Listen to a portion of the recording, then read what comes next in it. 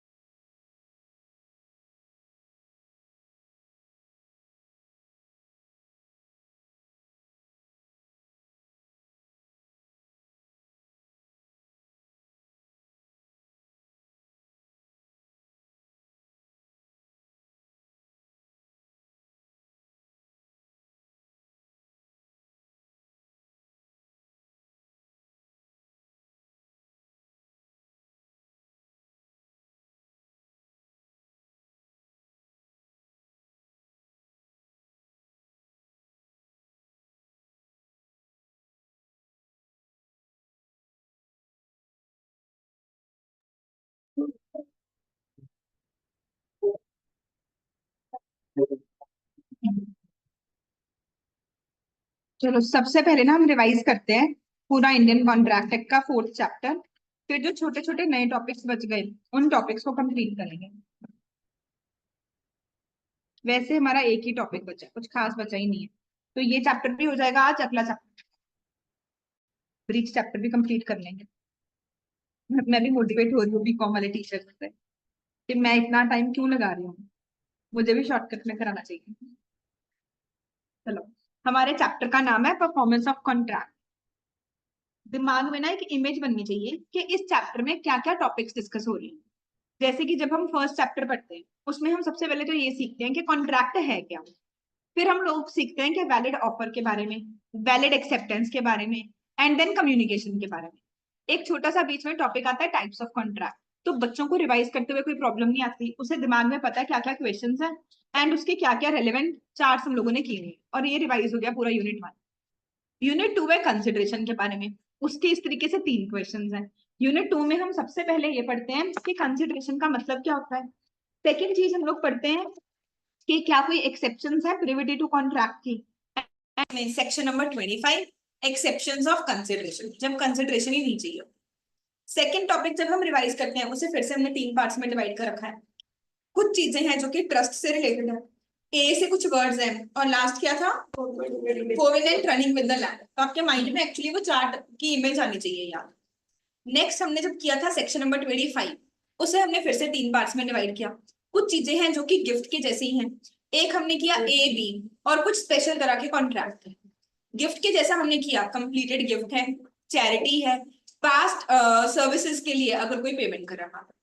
Second topic आया हमारे पास, sorry, completed gift, charity and natural love and affection. गलत बता दी मैं।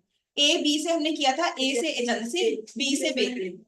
लास्ट टॉपिक हम लोगों ने किया था इसमें टाइम बार डेट के लिए अगर प्रॉमिस किया जा रहा है, and payment for past monetary services. यहाँ पे सेकंड यूनिट भी खत्म हो गया। थर्ड यूनिट जब भी रिवाइज करना हो दिमाग में ओपन करो सेक्शन नंबर 10। अभी तक हमने फर्स्ट और सेकंड यूनिट से ये सीखा कि अग्रीमेंट कैसे बनता है। सेक्शन 10 ने मुझे ये बताया कि all agreements are contracts if they are entered into by free consent of parties who are competent to contract for legal consideration, legal objective, unless declared void by law। अब इसमें सबसे पहला वर्ड आया हमारे पास फ्री कंसेंट। तो section number 13 से हम इसके बारे में डिस्कस करना शुरू किए। पहले हमने पढ़ा कि कंसेंट का मतलब है consensus ad idem as per section number 13। Free consent की हमने पहली बार नेगेटिव डेफिनेशन पढ़ी। When consent is not caused by, if there is something which vitiates free consent, तो उसके 5 एलिमेंट्स पढ़े। पहला एलिमेंट आया हमारे पास कोअर्शन। कोअर्शन का 3 पार्ट्स में चार्ट बनाए। तुम कोई भी ऐसा काम करो जो कि फोरबिडन बाय लॉ है, किसी की प्रॉपर्टी अनलॉफुल तरीके से डिटेन कर रहे हो with an intention to induce the other party to enter into contract. इसका इफेक्ट बताया गया सेक्शन नंबर 19 में कि कॉन्ट्रैक्ट एक तो क्या हो जाएगा, वॉइडेबल हो जाएगा, प्लस आपको क्या करना पड़ेगा, रिस्टोरेशन ऑफ बेनिफिट। देन आया मेरे पास सेक्शन नंबर 16 अनड्यू इन्फ्लुएंस। उसे फिर से 3 पार्ट्स में डिवाइड किया। जब कोई पर्सन ऐसी पोजीशन में है कि वो तुम्हें डोमिनेट कर सकता है एंड वो उसे यूज करता है एक अनफेयर एडवांटेज लेने के लिए। कैसे पता चलता है कि डोमिनेट कर सकता है? अगर फिड्यूशरी रिलेशनशिप है, रियल एंड एपरेंट अथॉरिटी है, या फिर मेंटल डिस्ट्रेस। इसका इफेक्ट है कि कॉन्ट्रैक्ट वॉइडेबल हो जाएगा और जो बर्डन ऑफ प्रूफ है वो डोमिनेटिंग पार्टी के ऊपर है। नेक्स्ट आया मेरे पास फ्रॉड, सेक्शन नंबर 17। फ्रॉड की डेफिनेशन में पहली बार हमने इंक्लूसिव डेफिनेशन पढ़ी। फ्रॉड मीन एंड इंक्लूड्स, उसमें हमने पढ़ा कोई भी चीज जो कि लॉ ने फ्रॉडुलेंट डिक्लेयर कर दी, कोई भी ऐसा काम जिसमें हमें लगे कि पर्सन की इंटेंट ही डिसीव करने वाली है, और 3 एग्जांपल्स बताए। अगर तुम किसी से कोई प्रॉमिस कर रहे हो without intention to fulfil the same, पहला पॉइंट। दूसरा पॉइंट हमने किया एक्टिव कंसीलमेंट ऑफ फैक्ट। तीसरा एलिमेंट, अगर आप किसी चीज को रिप्रेजेंट कर रहे हो as true but it is false and the person knows believes it to be false, इस केस में भी कॉन्ट्रैक्ट वॉइडेबल हो जाएगा एंड सामने वाला पर्सन डैमेजेस भी क्लेम कर सकता है, पर डैमेजेस हमेशा नहीं क्लेम कर सकता। अगर पर्सन ऐसी सिचुएशन में था कि वो ऑर्डिनरी एग्जामिनेशन से चीज को फाइंड आउट कर सकता था, रैशनल मैन की तरह वो काम करेगा, अगर ऑर्डिनरी एग्जामिनेशन से डिफॉल्ट फाइंड आउट किया जा सकता था, उस केस में केवियट एम्प्टर अप्लाई हो जाएगा, फ्रॉड नहीं। नेक्स्ट था हमारे पास मिसरिप्रेजेंटेशन, सेक्शन नंबर 18। अगर किसी पर्सन ने कोई भी पॉजिटिव एजर्शन दी जो कि फॉल्स है, पर्सन को लगता भी है फॉल्स, सॉरी जो कि फॉल्स है पर पर्सन को लगता है कि वो ट्रू है, and he was in a position that he ought to know the truth, हमने किया ऑट टू नो, उसे पता होना चाहिए था, जैसे कि डॉक्टर और सीए वाली एग्जांपल। सेकंड हमने किया अगर कोई पर्सन ब्रीच ऑफ ड्यूटी करे एंड उससे कोई अनफेयर एडवांटेज मिल जाए। थर्ड हमने किया अगर कोई पर्सन मिस्टेक लगने दे सब्जेक्ट मैटर के बारे में, हाउसोएवर इनोसेंट, सामने वाले पर्सन को इनोसेंटली उसने मिस्टेक लगने दी सब्जेक्ट मैटर के लिए, तो हम कहेंगे मिसरिप्रेजेंटेशन। इस केस में भी जो अग्रीमेंट है वॉइडेबल हो जाएगा, प्लस डैमेजेस भी क्लेम कर सकते हो अनलेस ऑर्डिनरी एग्जामिनेशन से वो चीज पता चल सकती। लास्ट आया हमारे पास मिस्टेक, सेक्शन नंबर 20 से लेके 22। मिस्टेक के लिए हमने पढ़ा कि मिस्टेक एक होती है लॉ की, एक होती है फैक्ट की। इंडियन लॉ की मिस्टेक को मिस्टेक मानते ही नहीं है, you should know the rules of India. Foreign law की मिस्टेक को मिस्टेक ऑफ फैक्ट की तरह ट्रीट करते हैं। मिस्टेक ऑफ फैक्ट दो तरह की हो सकती है, यूनिलेटरल या बाइलैटरल। आपको गलती लग सकती है परफॉर्मेंस के बारे में, क्वालिटी के बारे में, प्राइस के बारे में, किसी भी चीज के बारे में, सारे केसेस में एग्रीमेंट वॉइड हो जाएगा। यहाँ पे हमारा फ्री कंसेंट टॉपिक खत्म हुआ। अगला वर्ड आया था सेक्शन नंबर 10 में, कॉम्पिटेंसी टू कॉन्ट्रैक्ट। तो हमें सेक्शन 11 और 12 से पता चला कि कॉम्पिटेंसी टू कॉन्ट्रैक्ट में तीन चीजें आती है। सबसे पहले तो person major in age according to the law to which he is subject. Second, he should be of sound mind at the moment of entering into contract, and third, he must not be disqualified by law। जब हमने पढ़ा minor topic, तो हमने कहा minor के साथ कोई भी एग्रीमेंट करोगे वो वॉइड रहेगा, ये हमेशा ही वॉइड रहेगा, इसे कभी भी वैलिड नहीं बनाया जा सकता, रेटिफाई नहीं किया जा सकता। जब माइनर मेजर हो जाएगा तब भी वॉइड रहेगा, ये अपने पेरेंट्स को भी बाइंड नहीं करता। फिर हमने पढ़ा कि इसकी कुछ एप्लीकेशंस, और लास्ट में हमने 2 एक्सेप्शंस पढ़ी, टॉर्ट के केस में और अगर नेसेसिटी सप्लाई की उस केस में जो माइनर है वो लायबल। नेक्स्ट टॉपिक आया साउंड माइंड। साउंड माइंड का मतलब है that he should be able to understand the consequences of his decisions, वो अपने डिसीजंस के कॉन्सिक्वेंस को समझ पा रहा है कि नहीं। यहाँ पे खत्म हो गया हमारे पास टॉपिक कॉम्पिटेंसी टू कॉन्ट्रैक्ट। सबको फायदा हो रहा है कि नहीं रिविजन का? देखो 10-15 मिनट्स में अगर आपने अच्छे से क्लासेस लगाई हुई हैं उनको रिविजन शायद और कॉन्फिडेंस दे रही होगी, जिसने अच्छे से नहीं पढ़ा हुआ उसे लग रहा होगा मैम क्या बोल रही। आपको आइडियली सब कुछ आपके दिमाग में वो पिक्चर ओपन होनी चाहिए कि हाँ इस टॉपिक से रिलेटेड हमने ये कुछ पढ़ा हुआ है, हमें याद है ये सब। अगला टॉपिक हम लोगों ने पढ़ा था section number 23, unlawful objective and consideration. Section 10 में तो अलग अलग पॉइंट्स थे कि legal objective and legal consideration, पर हमें पता चला कि ऑब्जेक्टिव और कंसिडरेशन एक ही तो बात है। तो सेक्शन 23 ने मुझे कंबाइंड बताया कि कब बोलेंगे कि कंसिडरेशन जो है वो अनलॉफुल है। इसकी भी नेगेटिव डेफिनेशन है, इसके भी हमने 6 पॉइंट्स किए थे। अगर आप ऐसा कोई भी काम कर रहे हो विच इज फ्रॉडुलेंट, अगर वो नेचर में फ्रॉडुलेंट है, अगर वो फॉरबिडन बाय लॉ है, या फिर वो डिफीट करेगा इंटेंशन ऑफ लॉ, या फिर आय से अगर उससे इंजरी हो रही है किसी थर्ड पार्टी को, या फिर वो नेचर में इमोरल है, या फिर अगेंस्ट पब्लिक पॉलिसी। तो हमने FIP ऐसी एक शॉर्ट फॉर्म बनाई थी, इससे सारे पॉइंट्स याद किए। पब्लिक पॉलिसी से 99% चांसेस हैं कि आपको एक क्वेश्चन आए, एक केस स्टडी आएगी ही आएगी। तो हम कुछ एग्जाम्पल्स याद करके चलते हैं कि कौन सी चीजें हैं जो कि पब्लिक पॉलिसी के अगेंस्ट। अगर इनमें से कोई भी रूल हुआ तो आप लिखोगे, वो टाइटल दोगे जो भी रूल अप्लाई हो रहा होगा, बोलोगे क्योंकि ये अगेंस्ट पब्लिक पॉलिसी है इसलिए इसका ऑब्जेक्टिव हो गया अनलॉफुल, एंड जो भी चीज का ऑब्जेक्टिव अनलॉफुल होता है वो अग्रीमेंट हो जाता है वॉइड एब इनिशियो। तो इसके बारे में हम लोगों ने पढ़ा कि पब्लिक पॉलिसी के अगेंस्ट क्या कुछ है। पहला एक हमने चीज की थी, अगर कोई भी इंटरफेरेंस कर रहा है in the course of justice, या फिर अगर कोई भी चैम्पर्टी या फिर मेंटेनेंस ऐसा अग्रीमेंट कर रहा है, या फिर कोई भी स्टाइपलिंग प्रोसिक्यूशन कर रहा है, सारे पॉइंट्स एक जैसे ही। एक हमने किया मोनोपोली क्रिएट कर रहा है, मैरिज ब्रोकरेज अग्रीमेंट कर रहा है, उससे रिलेटेड पढ़ा। ऐसे हमने पब्लिक पॉलिसी की कुछ और एग्जांपल की, ट्रैफिकिंग ऑफ पब्लिक ऑफिसेज और पब्लिक टाइटल्स, ट्रैफिकिंग हो रही है, इंटरेस्ट अगेंस्ट ऑब्लिगेशन क्रिएट हो रहा है, ये सारे कुछ एग्जांपल्स थे अगेंस्ट पब्लिक पॉलिसी। फिर इस चैप्टर का लास्ट पॉइंट आया, सेक्शन नंबर 10 का लास्ट रूल, ऐसे कौन से अग्रीमेंट्स हैं जिसे वॉइड डिक्लेयर किया जा चुका है। ये हमने पढ़े सेक्शन नंबर 26 से लेके सेक्शन नंबर 30। वॉइड अग्रीमेंट बहुत तरह के हो सकते हैं। एक तो तुम कोई भी रूल पूरा नहीं करोगे, वॉइड हो जाएगा, जैसे कि सेक्शन 11 में माइनर के साथ किया, जैसे कि सेक्शन 12 में अनसाउंड माइंड के साथ किया, जैसे कि सेक्शन 20 to 22 में बाइलेटरल मिस्टेक ऑफ फैक्ट है, अगर कंसिडरेशन एग्जिस्ट नहीं करती है, इन सारे केसेस में एग्रीमेंट वॉइड है। पर कुछ चीजें स्पेशली डिक्लेयर कर रखी हैं कि ये हमेशा ही वॉइड रहेंगी। Section 26 restraint on marriage, section number 27 restraint on trade business और profession, section 28 restraint on legal proceedings, section 29 uncertain agreements, and section number 30 क्या था, सेक्शन नंबर 30 वेजरिंग अग्री। फिर हमने पढ़ा, याद किया इसमें सबसे पहला point, trade business and profession की 3 एक्सेप्शंस। अगर कोई भी एग्रीमेंट हो रहा है, जब आप रिस्ट्रिक्शन लगा रहे हो गुडविल की सेल के टाइम, या फिर अपने पार्टनर पे रिलेटेड बिजनेस के लिए, या फिर अपने एम्प्लॉय पे किसी भी बिजनेस के लिए, अगर वो नेचर में रीजनेबल रिस्ट्रिक्शन है तो अग्रीमेंट वैलिड हो जाएगा। उसके बाद हमारे पास अगला टॉपिक आया इसी से related, section number 56 impossibility of performance भी इसी में फॉलो करते हैं। वेजरिंग अग्रीमेंट को हमने 2 पार्ट्स में 3 पार्ट्स में समझा कि 3 चीजें अगर होंगी तो बोलेंगे वेजरिंग अग्रीमेंट। ऐसा कोई अग्रीमेंट जो कि डिपेंड करता है किसी चीज की हैपनिंग या नॉन हैपनिंग, मेन पर्पस जो है वो है मनी या money's worth, and win of one party is equal to loss of other. फिर एक हमने लिस्ट याद की कुछ ऐसे अग्रीमेंट जो कि लगता है वेजरिंग है बट वॉइड एंड वॉइड है, और कुछ ऐसे जो कि लगता है वेजरिंग है बट वैलिड है।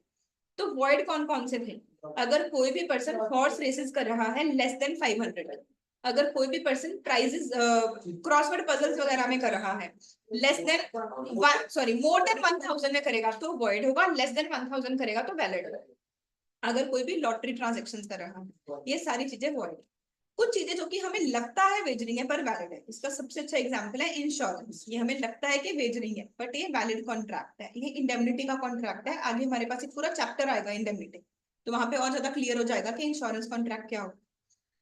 उसके बाद अगला पॉइंट इसमें आया था चिट फंड का बिजनेस अगर कोई कर रहा है, अगर कोई भी शेयर मार्केट में ट्रांजेक्शन कर रहे हैं, ये सारी वैलिड ट्रांजेक्शन है। अगर स्पेक्यूलेटिव ट्रांजेक्शन है तो वॉइड है, अगर एक डीलर की तरह तुम शेयर मार्केट में परचेज सेल कर रहे हो तो उस केस में वैलिड। ये हमारे पहले 3 चैप्टर रिवाइज हुए।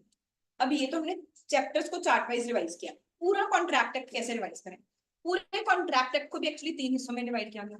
पहले हम लोग सिर्फ ये सीखते हैं कॉन्ट्रैक्ट बना कैसे, फिर हम सीखते हैं कि अब जब कॉन्ट्रैक्ट बन गया तो इसे डिस्चार्ज कैसे करें, फिर हमारे सिलेबस में कुछ स्पेशल टाइप के कॉन्ट्रैक्ट। तो हमने पहले 3 यूनिट्स में सिर्फ ये सीखा कि कॉन्ट्रैक्ट बनता कैसे। तो हमने फर्स्ट सेकंड थर्ड में सेक्शन 10 की सारी रिक्वायरमेंट्स पूरे होने के बाद हमें पता चल गया कि कॉन्ट्रैक्ट बन गया। अब अगला क्वेश्चन आपके साथ हमारे पास आया, what are various modes of discharge of contract. जो कॉन्ट्रैक्ट बना है एक ना एक दिन वो कंप्लीट तो होना ही नहीं, इसके हमने 9 पॉइंट्स याद किए। पहली कैटेगरी में हमने किया आम बंदा क्या करेगा, या तो कॉन्ट्रैक्ट को परफॉर्म कर देगा सेक्शन 37 के अंडर, या फिर ब्रीच कर देगा सेक्शन 39 के अंडर, या फिर लास्ट में म्यूचुअल अग्रीमेंट सेक्शन 62 के अंडर। म्यूचुअल अग्रीमेंट था सेक्शन नंबर 62 में, रैन शॉर्ट फॉर्म से हमने याद किया। अगर कोई भी रेसिशन हो रही है, ऑल्ट्रेशन हो रही है, या फिर इनोवेशन। सेकेंड पार्ट हमने किया अगर इम्पॉसिबिलिटी ऑफ परफॉर्मेंस है, ऑपरेशन ऑफ लॉ है, या एक है अगर आपने अपने राइट को वेव ऑफ कर दिया, अगर मर्जर हो रहा है, या neglect of the promisee to afford reasonable facility for performance of promise, section number 67 के। ये पहला क्वेश्चन आता है चैप्टर 4 का। एक्चुअली ये चैप्टर 4 का क्वेश्चन नहीं है, इससे तुम्हें कॉन्ट्रैक्ट एक्ट समझ आना चाहिए कि पहले मुझे उसने ये सिखाया कि कॉन्ट्रैक्ट बनता कैसे है, अब वो मुझे ये सिखाना चाह रहा है कि कॉन्ट्रैक्ट डिस्चार्ज कैसे हो। फोर्थ और फिफ्थ चैप्टर, फोर्थ चैप्टर का नाम है परफॉर्मेंस, फिफ्थ का नाम है ब्रीच। ये करने के बाद सिक्स्थ चैप्टर है स्पेशल कॉन्ट्रैक्ट, 6 से लेके 9 चैप्टर्स स्पेशल तरह के कॉन्ट्रैक्ट आएंगे। कॉजी कॉन्ट्रैक्ट क्या होता है, कॉन्टिंजेंट कॉन्ट्रैक्ट क्या होता है, इंडेमनिटी, बेलमेंट, एजेंसी, ये सारे चीजें जो हमने अभी तक सिर्फ वर्ड सुने हैं, इसके डिटेल में हम लोगों ने रूल्स पढ़े। अब चैप्टर नंबर 4 को आप रिवाइज कैसे करो, चैप्टर नंबर 4 में पहला क्वेश्चन आता है कि परफॉर्मेंस होती क्या है। तो हमने पढ़ा सेक्शन नंबर 37 में कि परफॉर्मेंस दो तरह की होती है, एक होती है एक्चुअल परफॉर्मेंस, एक होती है अटेम्प्टेड परफॉर्मेंस। एक्चुअल परफॉर्मेंस में पर्सन ने अपनी ड्यूटी पूरी कर दी। अटेम्प्टेड परफॉर्मेंस में उसने ऑफर टू परफॉर्म दिया but the second party did not accept the same. हम ऑफर टू परफॉर्मेंस को भी वैलिड परफॉर्मेंस मान लेंगे अगर वो तीन कंडीशंस पूरी करेगी। ये तीन कंडीशंस बताई गई सेक्शन नंबर 38। सेक्शन 38 कहता कि क्या चाहिए हमें, it should be unconditional, it should be at proper time and place and the other person must have opportunity to review the same, उसे रिव्यू करने का मौका। सेकेंड चीज हम लोगों ने इस चैप्टर में समझी कौन परफॉर्म करेगा। पहले हमने समझा परफॉर्मेंस का मतलब क्या है, फिर हमने समझा परफॉर्म कौन करेगा।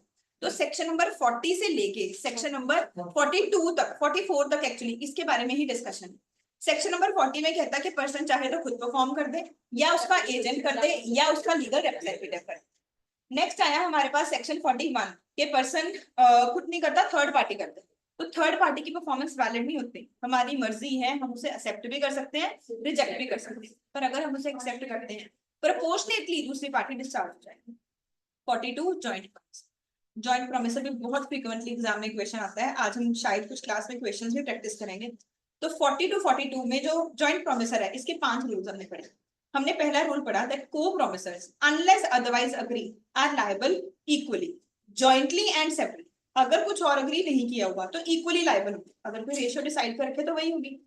एंड जॉइंटली और सेपरेटली, जॉइंटली का मतलब क्या है, that the promise can be enforced against all of the को-प्रॉमिसर्स।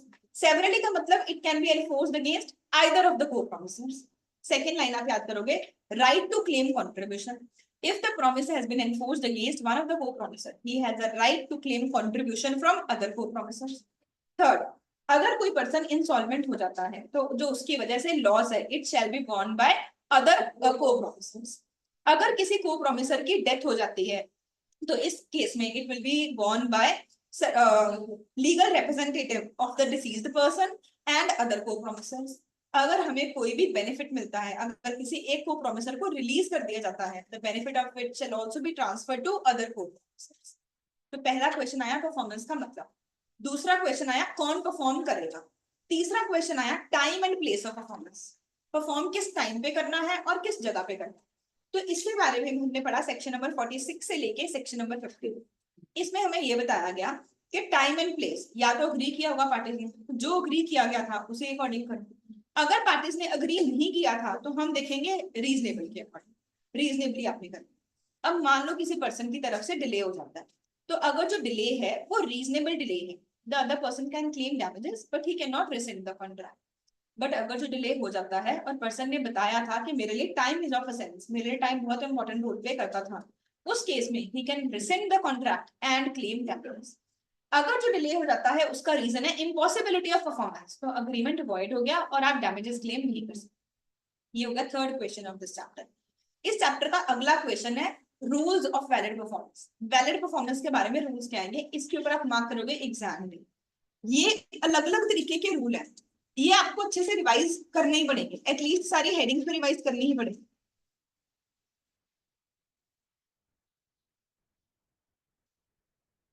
Performance of reciprocal promise, इस टॉपिक की बात कर रही हूं मैं, सेक्शन नंबर 51 टू 58।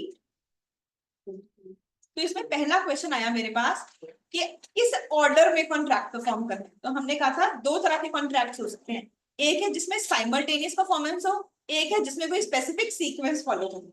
अगर साइमल्टेनियस कॉन्ट्रैक्ट है, one person has to perform if the other party is ready and willing to perform. अगर सामने वाला ready and willing to perform है, मुझे भी अपनी ड्यूटी पूरी करनी ही पड़ेगी। सेकेंड टाइप है सीक्वेंस में करना है, तो जो सीक्वेंस अग्री की गई है या फिर जो भी हमें पता चलती है, ऑब्वियस है, कॉमन मैन उसी रैशनल मैन उसी तरीके से करेगा, उस सीक्वेंस में कॉन्ट्रैक्ट को परफॉर्म करना। अब उसके बाद रूल्स क्या है, कहते हैं liability of the party preventing the event on which contract is to take effect. उस पार्टी की क्या लायबिलिटी होगी जिसने कोई प्रिवेंटिंग इवेंट किया, ऐसा कोई इवेंट किया जिसकी वजह से कॉन्ट्रैक्ट आगे चल ही नहीं पाया। तो इस केस में जो कॉन्ट्रैक्ट है, सेकंड पर्सन के पास पावर हो चली जाएगी, वो कॉन्ट्रैक्ट को कैंसिल कर सकता है, वॉइडेबल हो गया कॉन्ट्रैक्ट, एंड वो डैमेजेस भी मांग सकता है। मान लो मैं कॉन्ट्रैक्टर को टाइम पे सामान ही नहीं लाके दूंगी, तो मैंने प्रिवेंटिंग इवेंट किया, मैंने टाइम पे रॉ मटेरियल नहीं लाके दिया, जिसकी वजह से कॉन्ट्रैक्टर कंस्ट्रक्शन नहीं कर पाया। अब कॉन्ट्रैक्टर के पास पावर है, वो चाहे तो कॉन्ट्रैक्ट कैंसिल कर दे, कॉन्ट्रैक्ट वॉइडेबल बन गया, and he can also claim damages. मैं क्या नहीं कर सकती, नेक्स्ट सेक्शन में उसके बारे में बताया। कहते इसका मतलब अब आप कोई डैमेजेस नहीं ले सकते। Affect of default as to that promise which should be first perform. कोई ऐसा कॉन्ट्रैक्ट था जिसमें एक प्रॉमिस पहले पूरा हो। अगर कोई कॉन्ट्रैक्ट ऐसा था जो कि रेसिप्रोकल है नेचर में, डिपेंडेंट है, फिर एक पार्टी अपनी ड्यूटी करेगी फिर दूसरी करेगी। अब मैंने अपना काम टाइम पे नहीं किया, तो क्या मैं डैमेजेस मांग सकती हूँ डिले के लिए? नहीं, मैं कोई भी डैमेजेस नहीं मांग सकती। I can not claim performance, पर मुझे डैमेजेस देनी जरूर पड़ेंगी। तो थर्ड और फोर्थ पॉइंट एक ही टॉपिक को डिस्कस कर रहा है। थर्ड पॉइंट डिस्कस कर रहा है प्रोमिसर के पर्सपेक्टिव से, और फोर्थ पॉइंट डिस्कस कर रहा है प्रोमिसर के पर्सपेक्टिव से। नेक्स्ट पॉइंट आया affect of failure to perform at a time fix in a contract when time is essential. ये हमने ऑलरेडी टाइम एंड प्लेस में डिस्कस कर लिया। अगर टाइम एसेंस का था तो क्या होगा? कहते मान लो आपने परफॉर्मेंस एक्सेप्ट कर ली at time other than agreed upon. अब अगर आप लोग कॉन्ट्रैक्ट की जिस्ट को समझ चुके हो, तो इस हेडिंग से मुझे बता सकते हो आपके अकॉर्डिंग इसमें क्या आना चाहिए?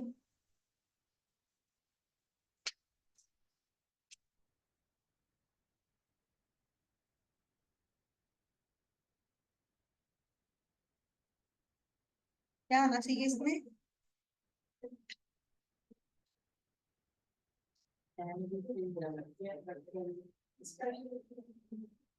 हर चीज, अगर मैंने कोई परफॉर्मेंस एक्सेप्ट कर ली other than agreed time, just like third party performance होगी। ठीक है, मान लो मैंने बोला था कॉन्ट्रैक्टर को कि दिवाली तक घर बना ले, पर उसने दिवाली तक नहीं बनाया। उसके बाद भी वो कंस्ट्रक्शन कर रहा है, मैं उसे रॉ मटेरियल लाके दे रही हूँ, क्या मैं बाद में उससे डैमेजेस मांग सकते हैं? अगर मैंने परफॉर्मेंस एक्सेप्ट कर ली अदर देन अग्रीड टाइम, तो वो एक्सेप्टेंस हो गई ना, सामने वाला पार्टी डिस्चार्ज हो गया। जैसे थर्ड पार्टी जब परफॉर्म करती थी, मेरी फर्जी थी मैं एक्सेप्ट करूँ या रिजेक्ट, पर अगर एक्सेप्ट कर लिया तो वो प्रोपोर्शनेटली डिस्चार्ज हो जाएगा। सिमिलरली अगर मैं कॉन्ट्रैक्टर से परफॉर्मेंस एक्सेप्ट कर लेती हूँ अदर देन अग्रीड टाइम, वो डिस्चार्ज हो गया। ठीक है, अनलेस मैंने उसे बोला था मैं कंपनसेशन, उसने मुझे बोला कि मैम मेरी वजह से डिले हुआ है, बट प्लीज आप कॉन्ट्रैक्ट कैंसिल ना करो, मैंने लेबर वगैरह को हायर कर रखा है, मेरा बहुत नुकसान होगा। मैंने कहा ठीक है, मैं तुमसे डैमेजेस लूंगी। अब मैं उसे डैमेजेस भी लूंगी और परफॉर्मेंस भी कंप्लीट करूंगी। समझ आ गया ना सबको? नेक्स्ट है इम्पॉसिबल। ये तो हम फर्स्ट चैप्टर से ही पढ़ रहे हैं, हमें पहले से ही पता है इम्पॉसिबिलिटी ऑफ कॉन्ट्रैक्ट के केस में कॉन्ट्रैक्ट वॉइड हो जाता है। इम्पॉसिबिलिटी उन्होंने अलग अलग टाइप की बताई। कहते हैं मान लो इम्पॉसिबिलिटी के बारे में पार्टीज को पता था तो अग्रीमेंट क्या हो जाएगा? पार्टीज को नहीं पता था तब भी क्या हो जाएगा? किसी एक पार्टी को पता था, उस केस में क्या हो जाएगा? मान लो मुझे पता था कि ये चीज इम्पॉसिबल है, मैं फिर भी सामने वाले को कमिट कर दूं। लेट से मेरे पास एक स्टूडेंट आया, मैंने उसे बोला कि मैं तुम्हें 2 महीने में सारा लॉ का सिलेबस करा दूं।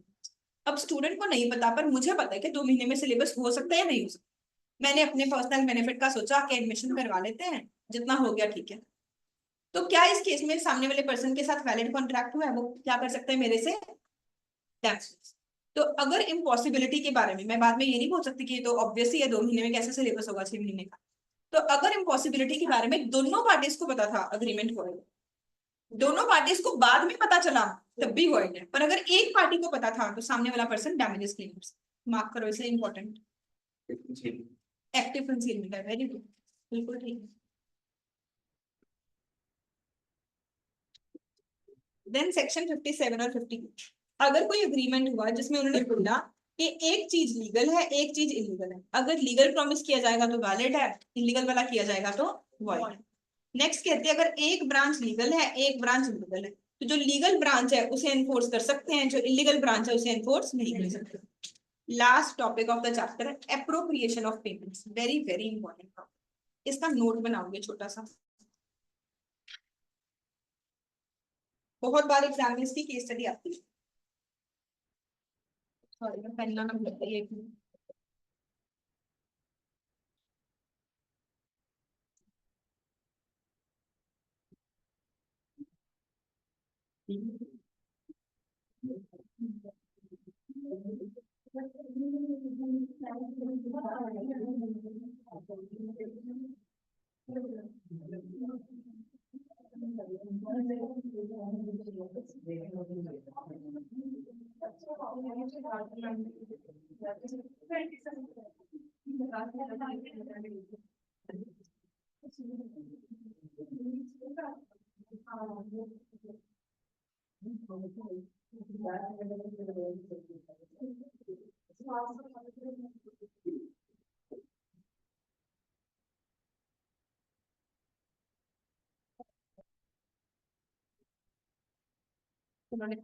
Appropriation of payments, section number 59 to 61।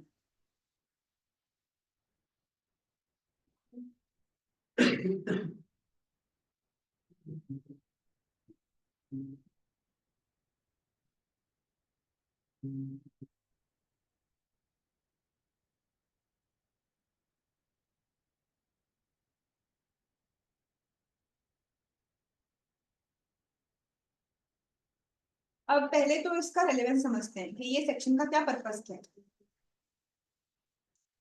If a person ons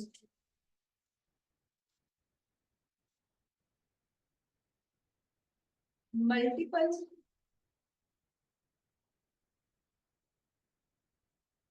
dates to other party,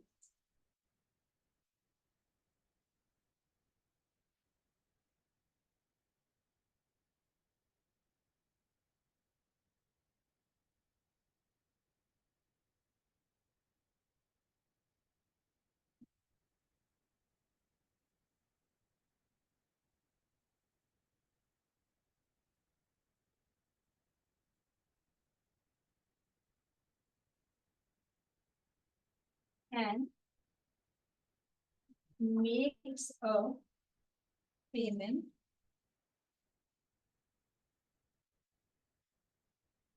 which is not sufficient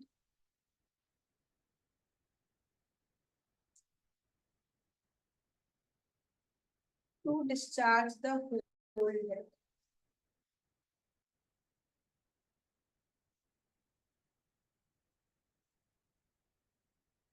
मान लो कोई पर्सन किसी को मल्टीपल डेट्स को करता है, मैंने अलग अलग डेट्स पे किसी से अलग अलग अमाउंट लोन पे ली। लेट से मैंने स्मृति को बोला कि यू आर माई स्टूडेंट, मुझे एक हेल्प चाहिए तो मुझे 50,000 रुपीज दे दो। उसने मुझे 50,000 रुपीज दे दो। 10-15 दिन बाद मैंने उसे बोला कि बच्चे मुझे लोन चाहिए, तो अपने फादर से कोऑर्डिनेट करके मुझे 5 लाख का लोन दिलवा दो। उसने कहा मैम ये तो बड़ी अमाउंट है, तो मेरे फादर इसके लिए इंटरेस्ट चार्ज करें। मैंने कहा ठीक है, मैं इसके ऊपर 12% इंटरेस्ट पे करने को तैयार हूँ। तो मैंने कुछ दिन के बाद इससे 5 लाख रुपीज लोन पे ले लिया और मैंने बोला मैं इस पे इंटरेस्ट भी पे करूंगी। फिर कुछ दिन बाद मुझे कुछ गुड्स की जरूरत पड़ी, तो मैंने इसके फादर से कुछ गुड्स परचेज की, क्रेडिट पे परचेज की। ऐसे अलग अलग डेट्स पे मैंने पैसे लिए एंड टोटल अमाउंट लेट से मैंने 10 लाख रुपए पे कर। अब मैंने उनको पेमेंट की, वो मुझे रोज फोन करते हैं कि नहीं पैसे दो पैसे दो। मेरे पास कहीं से 2 लाख रुपए आए, मैंने उनको 2 लाख रुपए भेज दिए। अब वो 2 लाख रुपए किसके अगेंस्ट एडजस्ट? जो पहले 50,000 का लोन लिया था उसके साथ एडजस्ट होने चाहिए, या फिर जो लोन पे पैसे लिए थे उसके साथ होने चाहिए, या जो गुड्स परचेज की थी उसके साथ होने चाहिए। ठीक है। अब लॉ पढ़ने से पहले कॉमन सेंस अप्लाई करो। मैं क्या चाहूंगी, ये 2 लाख कहाँ पे एडजस्ट हो? लोन के साथ, क्योंकि मुझे उस पर इंटरेस्ट पड़ रहा है। मैं तो चाहूंगी कि फटाफट इसे लोन के साथ इंटरेस्ट कर एडजस्ट कर दो, ताकि मुझे इंटरेस्ट ना पे करना पड़े। पर वो क्या चाहेंगे कि किसके साथ एडजस्ट करें? भैया आपने 50,000 लिए थे बिना इंटरेस्ट के, पहले उसे क्लियर करो। आपने मेरे से गुड्स खरीदी थी, पहले उसकी पेमेंट दो, एंड में मैं लोन के साथ एडजस्ट कर दूं। तो दोनों पार्टीज में डिस्प्यूट। अब इस केस में ज्यादातर होगा क्या, जब मैं किसी से 10 लाख रुपए लूंगी और बाद में उसे मिलते करने के बाद 2 लाख रुपए देने जा रही हूँ, तो मैं एम्बेरेस्ड हूँ। मैं उसे ये नहीं बोलूंगी इसे किसके साथ एडजस्ट करना है। रियल लाइफ में ऐसा ही होगा ना। अगर दो पार्टीज आपस में कम्युनिकेट ही कर लेती है, अगर मैं उनको साथ के साथ बोल ही देती कि ये 2 लाख रुपए लोन के साथ एडजस्ट करने, फिर तो प्रॉब्लम सॉल्व भी हो गई। ये प्रॉब्लम क्यों आई? क्योंकि रियल लाइफ में जब बिजनेस होता है, ऐसे मल्टीपल डेट्स हो और एक पर्सन एक पेमेंट कर रहा है which is not sufficient to discharge whole debt, वो अपने टर्म्स बता ही नहीं पाएगा, वो एम्बेरेस्ड होगा। तो इस केस में अब लोन किस चीज के साथ एडजस्ट किया जाए? तो सबसे पहले सेक्शन नंबर 59 कहता as indicated by debtor.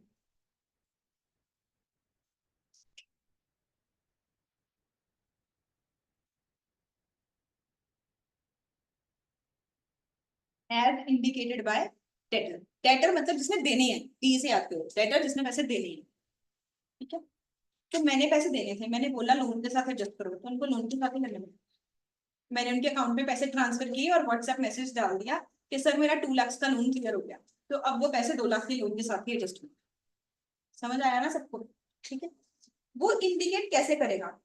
Express implied जरूरी नहीं कि मैं बोल के ही बताऊं, it may be implied in the course of conduct of the parties.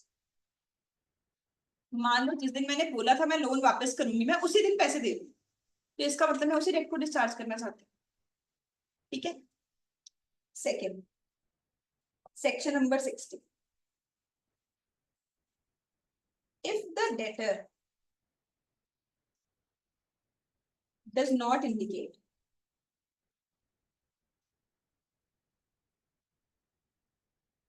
as specified by the creditor, अगर मैं उनको कुछ बताऊंगी ना, मैं तो पहले ही उनको थैंकफुल हूँ कि उन्होंने मुझे जरूरत के टाइम पैसे दिए, अब मैं उनको ये थोड़ी बोलूंगी कहाँ पे एडजस्ट करने हैं, तो जो वो कहेंगे वैसे ठीक है। उन्होंने मुझे मैसेज किया क्या नहीं मुझे तुम्हारे पैसे मिले हैं, मैं इसे जो तुमने गुड्स खरीदी थी उसके साथ एडजस्ट कर, तो वो उसके साथ एडजस्ट हो जाए। If the debtor does not indicate as the creditor specifies, जो क्रेडिटर स्पेसिफाई करेगा।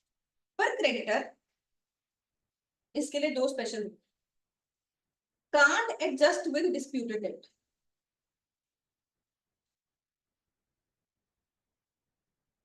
अगर हमारे बीच में कोई डिस्प्यूटेड डेट भी है, जो मैंने उनसे गुड्स खरीदी ना, उन्होंने मुझे गुड्स बेची 4 लाख, पर उसका मार्केट प्राइस है 3 लाख, मैंने कहा सर ये गलत बात है, मैं आपके साथ काम करती हूँ, आप मेरे साथ अनफेयर चीज नहीं करो, आप 4 लाख 3 लाख वाली चीज मुझे 4 लाख में नहीं बेच सकते, तो हमारे बीच में डिस्प्यूट चल रहा है कि गुड्स के लिए मैंने 3 लाख देने हैं कि 4 लाख देने हैं, तो डिस्प्यूटेड डेट के साथ वो एडजस्ट नहीं कर सकते, जो हम दोनों में क्लैरिटी है सिर्फ उस अमाउंट के साथ एडजस्ट कर सकते। ठीक है। Can adjust against time bar debt, पर अगर कोई टाइम बार्ड डेट चल रहा है, मैंने उनसे 10 साल पहले पैसे लिए थे, तो बोले एनी वो जो पुराना लोन था ना मैंने वो क्लियर कर दिया, वो ऐसा कर सकते। ठीक है। Section number 61, if neither the debtor indicates not the creditor, ये भी 2-3 बार एग्जाम में क्वेश्चन आया हुआ है, और एक बार सुन के ही याद हो जाता है, जो बच्चा क्लास में पूरा मेंटली भी प्रेजेंट है ना फिजिकली के साथ साथ, उसे समझ आ गया तो याद हो गया। If the debtor, neither debtor indicates nor creditor, it shall B appropriated, बिल्कुल ठीक है जी, क्रोनोलॉजी। अब वो टाइम की सीक्वेंस जो पैसे पहले लिए थे पहले उसके साथ एडजस्ट हो जाएंगे। मैंने उनके अकाउंट में पैसे करा दिए ना, मैंने कोई मैसेज किया ना उन्होंने कोई मैसेज किया, तो अब पहले 50,000 एडजस्ट हो जाएंगे जो मैंने लिए थे, उसके बाद लोन के साथ, फिर कुछ बचा, तो लास्ट में गुड्स परचेज। क्लियर हुआ ना सबको? ठीक है। Multiple debts on same date, कहते हैं मान लो किसी पर्सन ने एक ही दिन पे एक से ज्यादा रेट लिया था, मैंने सुबह उनसे गुड्स खरीदी, शाम को लोन दिया, अब किसके साथ एडजस्ट करें? It shall be appropriated proportionally.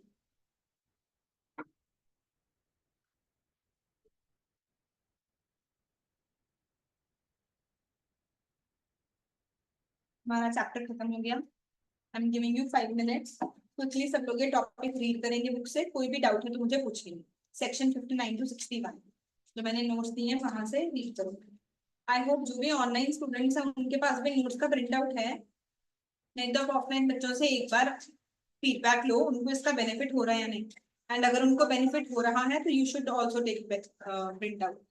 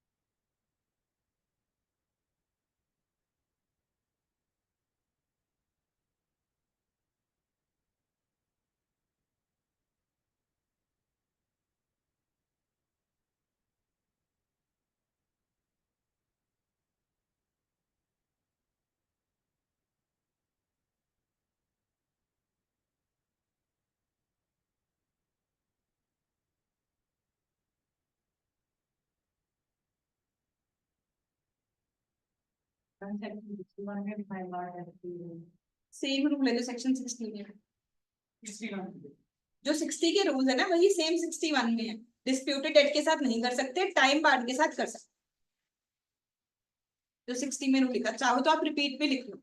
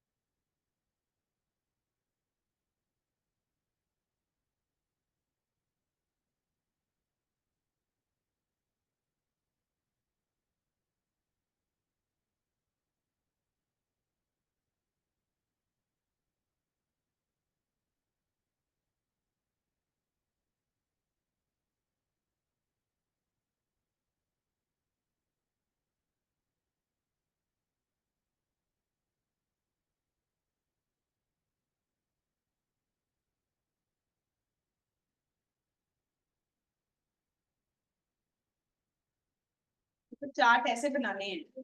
तुम्हें सीए फाइनल में लॉ की कोचिंग ही नहीं लेनी पड़ेगी अगर तुम लॉ पढ़ने की ट्रिक समझते हो। प्रैक्टिकल सब्जेक्ट्स इतने हैवी होते हैं तुम, और आर्टिकलशिप भी होती है, तुम्हें टाइम नहीं निकलता। तो मैंने फाइनल में कोई लॉ की कोचिंग नहीं ली थी। अगर तुम्हें पता चल गया लॉ पढ़ना कैसे, कि कैसे छोटी छोटी चीज पे फोकस करना है, कहाँ से एग्जामिनर क्वेश्चन बना सकते। छोटी सी लाइन लिखी है टाइम बार, छोटी सी लाइन लिखी है डिस्प्यूटेड डेट, उसी से 5 नंबर का क्वेश्चन आ जाए। डन है? सबको समझ आया है पूरे अच्छे से? ऑनलाइन स्टूडेंट्स को समझ आया जी? आगे चले क्या और टाइम चाहिए? डन है क्लास? प्रियांश, अगला टॉपिक हम ऑलरेडी कर चुके हैं। आपकी बुक में गिवन है इसलिए मैंने नेक्स्ट टॉपिक दे दिया, बट हम ये पहले ही पढ़ चुके हैं। कहते हैं ऐसे कॉन्ट्रैक्ट जिनको परफॉर्म करने की जरूरत ही नहीं with consent of both the parties. क्या आ रहा है दिमाग में? दोनों पार्टीज का कंसेंट हो गया इसलिए परफॉर्म ही नहीं करना। क्या आ रहा है दिमाग में?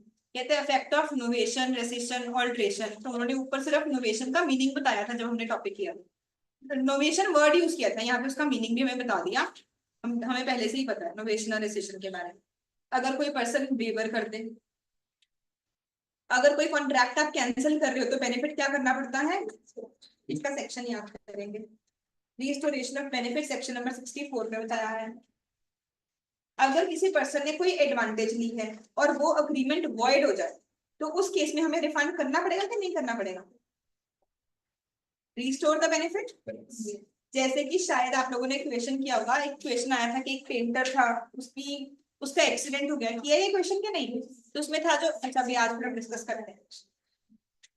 मैं दो इससे रिलेटेड एग्जांपल्स करवाती हूँ, ये ना एग्जाम में काफी बार पूछी गई है। इंपॉर्टेंट मार्क करो। ये दोनों एग्जांपल मैंने जो समरी नोट किए हैं इसमें ज्यादातर एग्जांपल्स कट डाउन करती हैं, पर कुछ एग्जांपल्स हैं जो कि केस स्टडी की फॉर्म में पूछी जा सकती हैं। तो वो दो एग्जांपल्स मैंने इसमें ऐड की। देखो क्या कह रहे हैं वो। कहते अगर मान लो प्लेंटिफ ने गडाउन रेंट पे लिया from the defendant for 12 months. मैंने किसी से गडाउन रेंट पे लिया 12 महीने के लिए, एंड सारा रेंट ही एडवांस में पे कर। 6 मंथ्स के बाद गडाउन में फायर लगी, मेरी कोई गलती नहीं है उसमें। तो इस केस में क्या मुझे 5 मंथ्स का रेंट रिफंड मिलना चाहिए? मिलना चाहिए कि नहीं? मिलना चाहिए। Restoration of benefit. जब मैं किसी से सर्विस ही नहीं ले रही हूँ तो मुझे जो भी बेनिफिट मैं उसे हुआ है वो उसे रिस्टोर करेगा, राइट? सिमिलरली कहते हैं act requires that a party must give back whatever he has received under the contract. Benefit to be restored must be benefit received under the contract. कहते ए ने बी के साथ agree किया कि मैं तुम्हें लैंड सेल करूंगा 4 लाख रुपए के। उसने उसे 40,000 रुपए का डिपॉजिट दे दिया एंड उसे बोला कि अगर तुमने सेल कंप्लीट नहीं की तो मैं पैसे फॉरफिट कर दूंगा।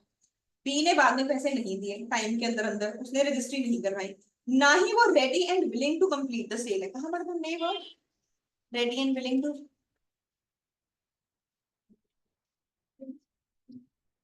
ऐसे मत किया करो, मैं डिमोटिवेट हो जाती हूँ। कहाँ आया था word ready and willing to perform?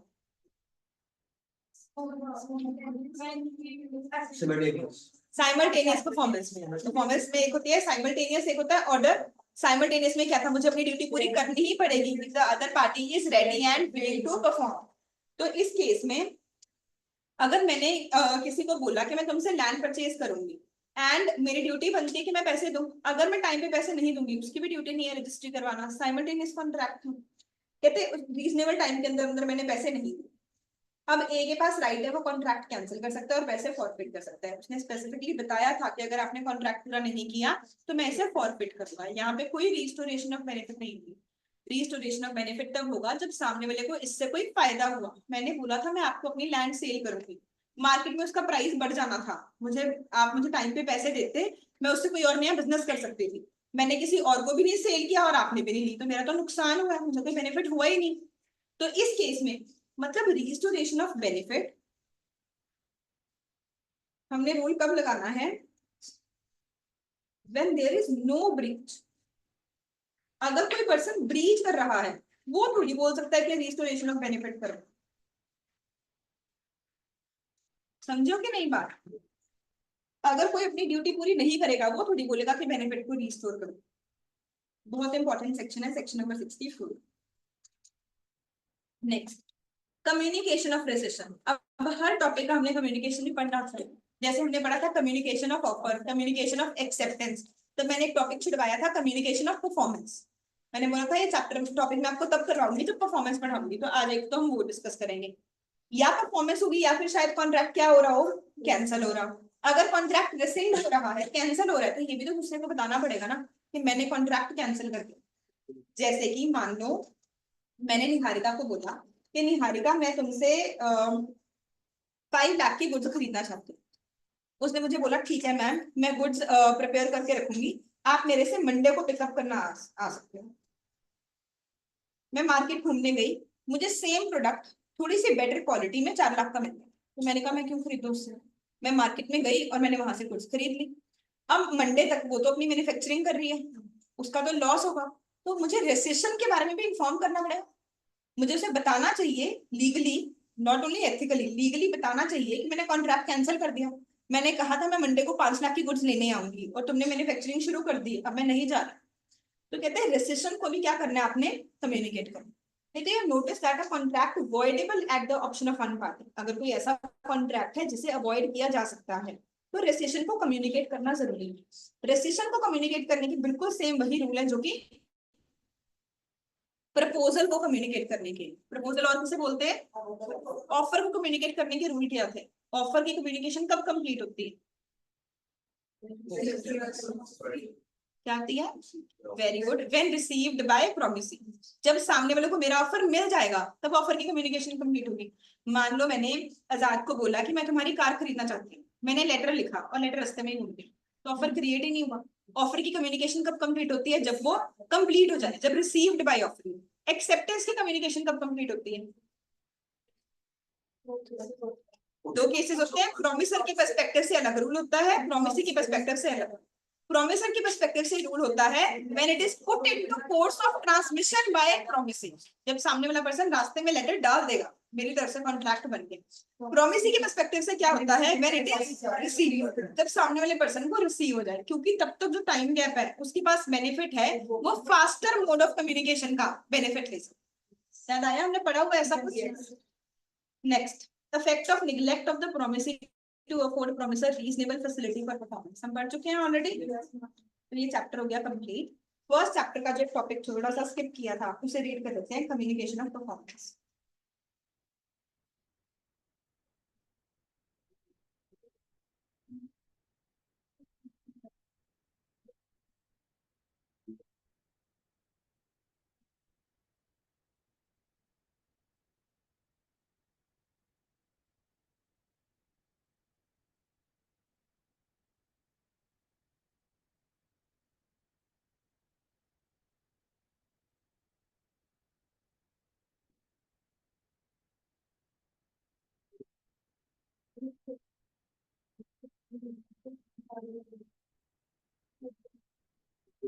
कौन से पेज पे है, हाँ जी। अगर आप आईसीआई की बुक देख रहे हो तो पेज नंबर 2.30 पे है। अगर आप नोट्स देख रहे हो तो फर्स्ट चैप्टर में देखो, कम्युनिकेशन टॉपिक के बाद होगा। मिल गया सबको? ऑफर एंड एक्सेप्टेंस के बाद।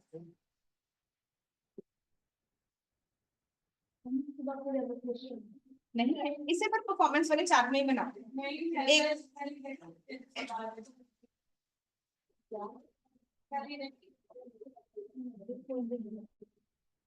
वैलिड एक्सेप्टेंस के बाद एक टॉपिक है कम्युनिकेशन ऑफ परफॉर्मेंस। चलो देखो सब। पहले यहाँ से समझो, फिर मैं परफॉर्मेंस चैप्टर में सेपरेट नोट बनवाऊंगा।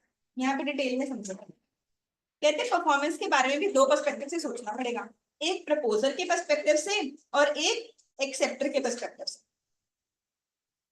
ठीक है, मान लो मैंने किसी को कॉन्ट्रैक्ट दिया कि आप आरएमएस की वेबसाइट बना दो, और मैंने बोला कि 1 वीक के अंदर अंदर बना दो। एंड मैं बहुत बिजी हूँ, उसने बना दी, पर उसने मुझे बताया ही। मैं वेट करी जा रही हूँ कि वो कब बनाएगा। मैंने वेबसाइट से अपनी कुछ मार्केटिंग एक्टिविटीज करनी थी, न्यूज़पेपर में ऐड देनी थी। मैंने कहा जब तक मेरी वेबसाइट ही नहीं बनेगी, ऐड देने का क्या फायदा, बच्चे मेरे बारे में सर्च कहाँ से करेंगे अगर मैं ऐड दूंगी। तो मैं तब तक अपनी मार्केटिंग एक्टिविटी नहीं कर पा रही, इसकी वजह से मुझे बड़ा ज्यादा लॉस हो रहा है। तो अब उसने पर्सन ने परफॉर्मेंस कंप्लीट तो कर दी, पर उसे बताया ही नहीं। हमें कैसे पता कैसे चलता है कि कब परफॉर्मेंस कंप्लीट हो गई? जब वो कम्युनिकेट की होती है। जैसे हमने ऑफर के बारे में पढ़ा कि ऑफर कब कंप्लीट होता है? जब सामने वाले को रिसीव हो जाए। फिर हमने एक्सेप्टेंस के रूल्स पढ़े, अब हम पढ़ रहे हैं परफॉर्मेंस कब कंप्लीट होती है। कहते हैं प्रपोजल के पर्सपेक्टिव से, when it is put into course of transmission, when it would be out of power of acceptor. हम इसका मतलब क्या है कि एक्सेप्टर परफॉर्मेंस क्या है? कंप्लीट हो गई। तो जब वो वेबसाइट वाले ने लेटर पोस्ट ऑफिस में डाल दी, इसका मतलब कि मेरी तरफ से एक्सेप्टेंस क्या हो गई? कंप्लीट हो गई। From the view point of acceptor, उसके पर्सपेक्टिव से, when it comes to knowledge of, मतलब कि कोई स्पेशल बात है ही नहीं। जो ऑफर के रूल्स थे वो सेम रूल्स हमने पढ़े कैंसिलेशन के, जो एक्सेप्टेंस के रूल्स हैं वो सेम रूल है परफॉर्मेंस के। एट टाइम्स ऑफरी में be required to communicate the performance by way of acceptance. कहते कई बार परफॉर्मेंस को कुछ करके एक्सेप्टेंस के तरीके से कम्युनिकेट करना। ऐसे केसेस में ऑफरी ने सामने वाले को इन्फॉर्म कर दिया, सिर्फ इस चीज से काम नहीं चलेगा। अगर उसने कोई काम करना था, जब वो परफॉर्म कर देगा तब हम मानेंगे कि एक्सेप्टेंस हो गई। जैसे कि एक केस है कार्लिन वर्सेस कार्बोलिक स्मोकबॉल कंपनी। क्या हुआ था इस केस में? जनरल ऑफर के बारे में स्टोरी क्या थी इसकी? एडवर्टीजमेंट दी थी कार्लिन वर्सेस कार्बोलिक में कि जो भी मेरी स्मोक बॉल्स कंज्यूम करेगा उसे फ्लू नहीं होगा, और अगर फिर भी फ्लू होता है हम आपको 100 पाउंड देंगे। पढ़ा था ना हमने ऐसा कुछ। अब इस केस में कंपनी कहती, जब कोर्ट में ये केस गया तो कंपनी कहती इसने कौन सा मुझे बताया मैंने आपकी मेडिसिन दी। कंपनी कहती मैंने एडवर्टीजमेंट दी कि जो हमारी स्मोक बॉल्स कंज्यूम करेगा उसे फ्लू नहीं होगा, उसे फिर भी फ्लू हो गया। उसने केस कर दिया कि मुझे 100 पाउंड दो। कंपनी कहती तुमने मुझे बताया ही नहीं, मुझे क्या पता तुमने एक्सेप्टेंस कर ली। कहते ये तो एक ऐसा कॉन्ट्रैक्ट है जहां पे परफॉर्मेंस जो एक्सेप्टेंस है, जिसे आप परफॉर्मेंस मान रहे हो, आपको वो चीज कम्युनिकेट करनी थी। तो इस केस में क्या होगा? कहते इस केस में कोर्ट में 3 इंपॉर्टेंट प्रिंसिपल्स बताए। कहते offer to be capable of acceptance must contain a definite promise by the offerer and then he would be bound by the terms। कहते ऑफर में कोई ना कोई टर्म्स एंड कंडीशंस होनी चाहिए, जब वो टर्म्स एंड कंडीशन सामने वाले पूरी कर दी मतलब कि एक्सेप्टेंस होगी। ऑफर जो है किसी एक पर्सन को भी दे सकते हैं, पब्लिक है, लार्ज को भी दे सकते हैं, हमें पहले से ही पता है। कहते अगर जो ऑफर दिया गया है in the form of a promise in return for an act, जो ऑफर था वो इस टाइप का था कि उसमें आपने कोई एक्ट करना है, उसने मेडिसिन लेके कंज्यूम करनी है, the performance even without any communication is equal to acceptance। आपने अगर परफॉर्म कर दिया, मैंने मेडिसिन कंज्यूम कर ली पर मैंने कंपनी को बताया ही नहीं, तो ये भी इक्वल टू वैलिड एक्सेप्टेंस। समझ आया सबको? पक्का अच्छे से क्लियर है? अब आप 4th चैप्टर में अच्छा सा एक चार्ट बनाओगे, परफॉर्मेंस चैप्टर में, कम्युनिकेशन ऑफ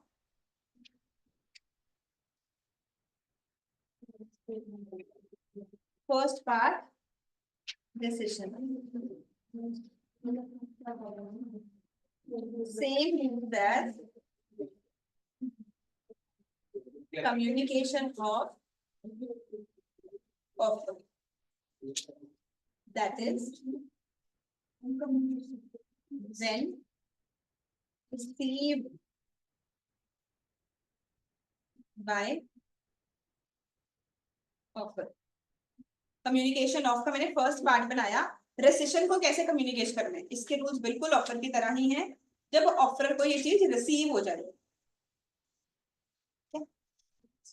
सेकंड है परफॉर्मेंस को कैसे कम्युनिकेट करना है। Same rules as communication of acceptance. मतलब एक होता है प्रोमिसर, पहले आप लिख लो फिर मैं नेक्स्ट पेज पे चलती हूँ।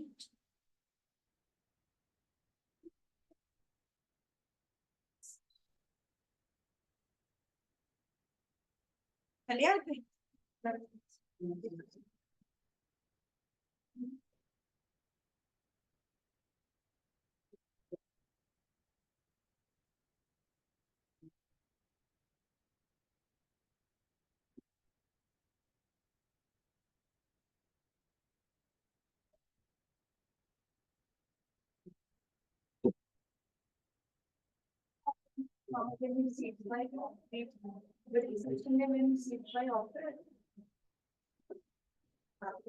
क्योंकि जिसने ऑफर दिया था उसने बता रहा ना कि कैंसिल हो गया, इसलिए।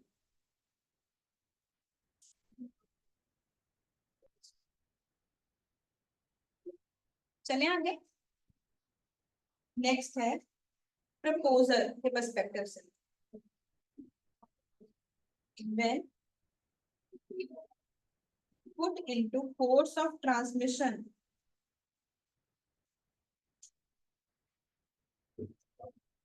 by acceptor, एक्सेप्टर के पर्सपेक्टिव से then received by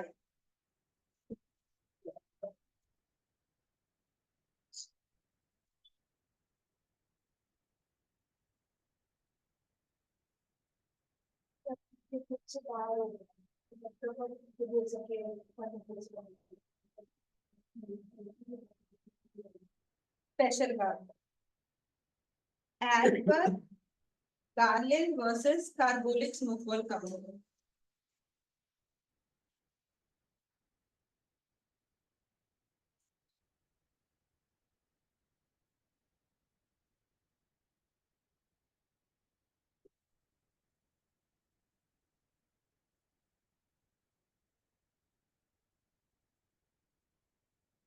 There is an offer in which acceptance is an act.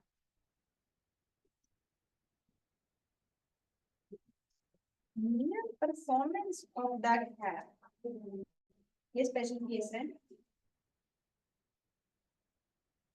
is equal to communication of performance। अगर कोई ऐसा कॉन्ट्रैक्ट है कि जिसमें जो परफॉर्मेंस है वो कोई काम, एक्सेप्टेंस जो है कोई काम करने से पता चलेगी। कंपनी ने बोला कि हमारी मेडिसिन कंज्यूम करो, इसमें कैसे पता चलेगी कि मैंने एक्सेप्ट कर लिया, जब वो मेडिसिन कंज्यूम कर रही होंगी। जब मैंने मेडिसिन कंज्यूम कर ली मतलब मैंने बता दिया कि मैंने परफॉर्मेंस कर ली। समझ आया ना सबको। अपने डालो के बैठते हो क्लास में, मेरी एनर्जी खत्म हो जाती है कि जैसे मैं सही पढ़ाई नहीं रही। बोलते क्यों नहीं हो तुम? मैं सही पढ़ा रही हूँ कि नहीं? तो बोला तो करो। मेरे से ज्यादा एनर्जी तुम्हारी लगनी चाहिए, मेरी तो सही हो रखी है, तुम्हारी होनी है। डालना है, सबको समझ आया? Yes ma'am. एक छोटा, चलो कल ही करते हैं ब्रीच। ब्रीच में मैं आपको चार्ट्स भी भेज दूंगी, आज आप उसका प्रिंट आउट ले लेना। बिल्कुल छोटा सा चैप्टर है। ब्रीच का मीनिंग हमने ऑलरेडी कर लिया। हमने सीखना है कि डैमेजेस कैसे कैलकुलेट करते हैं। तो कल हम लोगों ने डैमेजेस की कैलकुलेशन सीखनी है और फिर वो चैप्टर कंप्लीट होता है। सारे ऑनलाइन स्टूडेंट्स प्लीज साथ के साथ ज्वाइन करेंगे अकाउंट्स के लिए भी।